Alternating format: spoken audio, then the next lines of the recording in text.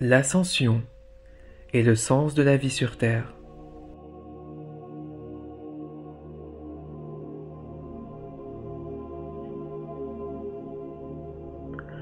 Fondamentalement, nous sommes le Créateur, s'expérimentant lui-même à travers sa création. En tant qu'essence divine et extension de la source une, nous faisons l'expérience de la création et de l'existence sous toutes ses formes. Des plans de lumière pure, les plus proches du cœur de l'un, qu'on appelle les plans divins et qui sont au-delà même de la forme, jusqu'au plan d'incarnation des pudances, comme la troisième dimension dans laquelle nous évoluons en tant qu'être humain sur Terre.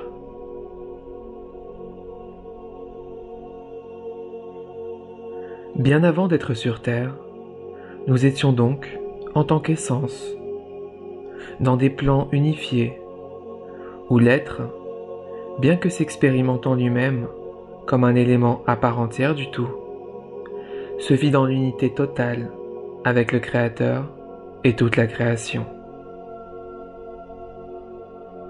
Nous participions, par la créativité, à l'expansion des univers, des galaxies, des mondes, avec l'énergie amour-lumière de la source universelle.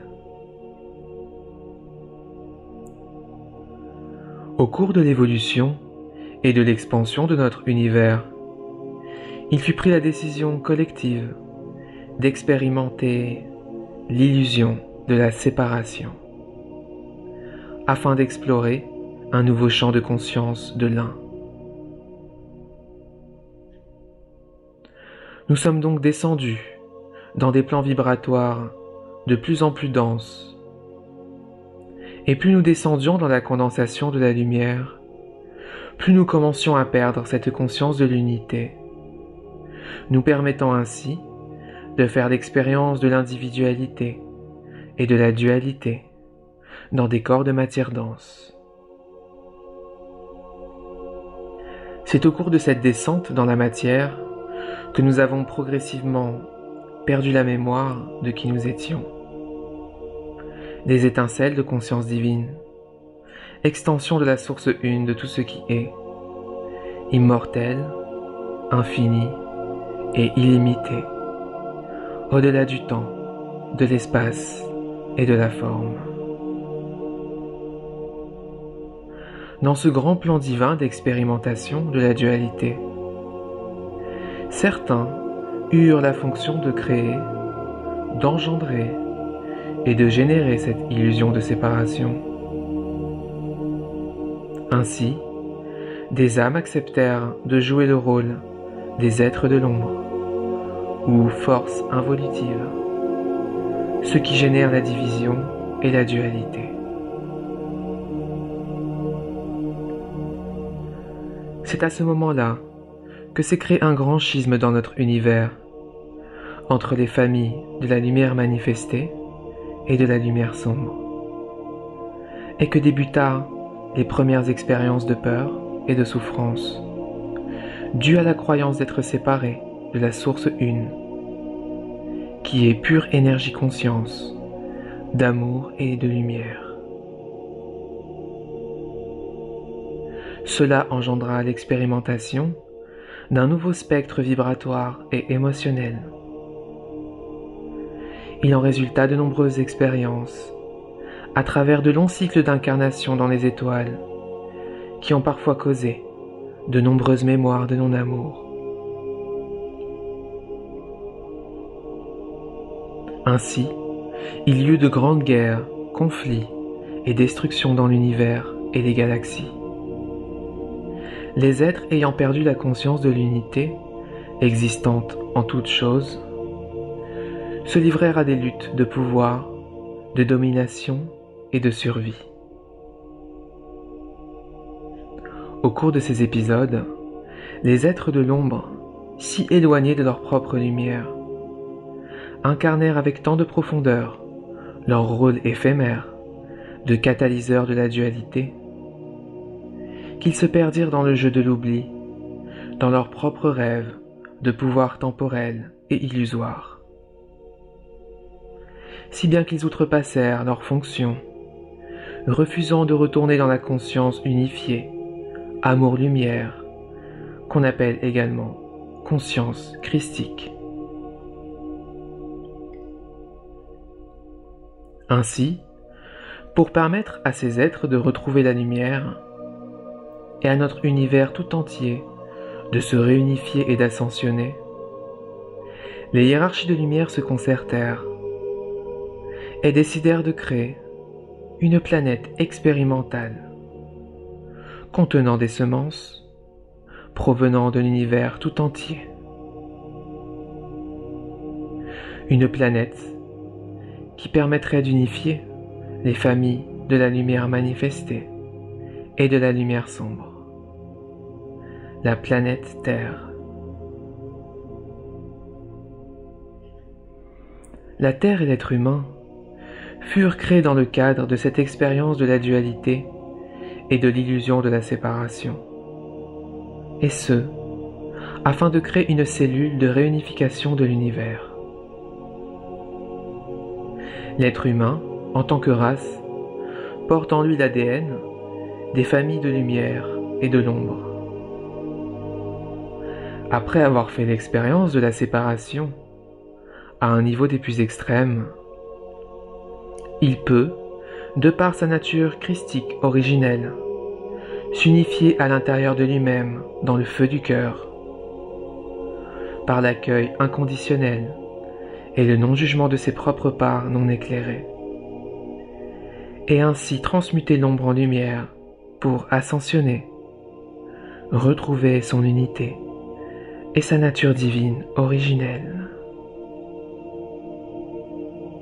Ainsi, l'être humain, par la loi de résonance et les liens quantiques qui lient son ADN à certaines lignées galactiques de l'ombre, devient alors une clé vivante de résolution pour ces êtres encore englués dans la dualité. Il est donc important aujourd'hui de conscientiser à quel point notre expérience sur le microcosme qu'est la planète Terre est importante pour le macrocosme qu'est l'univers. Nous avons collectivement tous choisi de vivre cette expérience difficile, et ce, par amour, car nous savions quel en était l'enjeu. Nous sommes en quelque sorte un commando de lumière en mission spéciale, et nous pouvons être pleins de joie et de gratitude pour cette expérience incroyable que nous avons choisi de vivre. Au final, toutes ces expériences, aussi difficiles ont-elles pu paraître pour certaines émanations de notre être, nos vies simultanées, dites vies antérieures, sont une grande richesse pour l'âme, le soi et la source universelle. Le but suprême ayant toujours été de créer et d'expérimenter l'amour sous toutes ses formes, aimer l'autre qui semble si différent, pardonner à l'ennemi, celui qui nous a fait du mal, sont autant d'expériences et d'expressions infiniment riches et puissantes de l'amour, qui ne pouvaient être faites que dans ce cadre de la dualité et l'illusion de la séparation. Au niveau cosmique, cela permet à la conscience universelle de grandir et s'expanser toujours plus dans l'infini des possibilités existantes en l'un. C'est uniquement par amour que nous avons choisi cette expérience, qui certes peut paraître quelque peu extrême pour l'être incarné, mais qui pour le soi, l'étincelle divine que nous sommes, et n'avons jamais cessé d'être, n'est pas différente d'un film de cinéma. Tous les personnages que nous avons incarnés et joués ne sont que des projections du soi à travers la diversité des espaces-temps. Ainsi, à l'image de l'acteur ou du spectateur, qui, après avoir joué ou regardé un film, ait expérimenté diverses émotions, la joie, le rire, la peur, la tristesse, la colère, etc., se désidentifie et revient à lui une fois le film terminé. Nous sommes à la fois les scénaristes, les metteurs en scène, les acteurs et les spectateurs de nos expériences de vie. Mais tout cela ne reste qu'un jeu, le grand jeu de la création. Le soi a toujours été observateur de sa propre création et n'en a jamais été affecté, car il n'a jamais quitté la conscience de l'un. Chers frères et sœurs de lumière, puissiez-vous vous rappeler le but lumineux de votre présence ici-bas sur terre. Puissiez-vous vous rappeler la lumière originelle, celle d'où vous venez et que vous êtes de toute éternité.